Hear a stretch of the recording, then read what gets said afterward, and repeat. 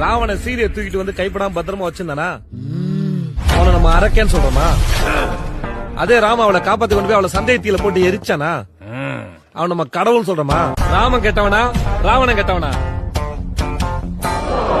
ராவணன் நல்லவனா ராமன் தானே கெட்டவன். டேய் ராமர் எப்பரா கெட்டவரா முடியும்? ராமர் நல்லவரா? கடவுளே ராவணன் தான்டா அரக்கன். சொல்லுங்க சார், ராவணன் நல்லவனா இல்ல கெட்டவனா சார்?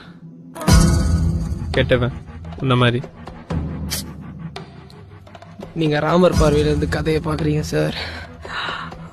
ராவணன் பார்வையில இருந்து பாருங்க சார். ராவணன் தப்பா தெரிய மாட்டான்.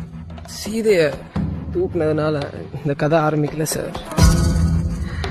ராவணன் தங்கச்சி சூர்பனகை மேல லக்ஷ்மணன் கை வச்சதுனால ஆரம்பிச்ச கதை சார். ராவணனுக்கு ஒரு சாபம் இருந்தது தெரியுமா சார்? அனுமதி இல்லாம ஒரு பொண்ணை தொட்டா அவன் தலை வெடிச்சு செத்துருவான். அதான் அவன் தலை வச்சு சாவலையா? அப்புறம் எதுக்கு சார் சீதையை தீக்குளிக்க சொன்னாங்க? இங்க யாருமே கெட்டவங்க இல்ல சார். அவங்கவுங்க பார்வையில இருந்து பாருங்க, எல்லாருமே நல்லவங்க தான்.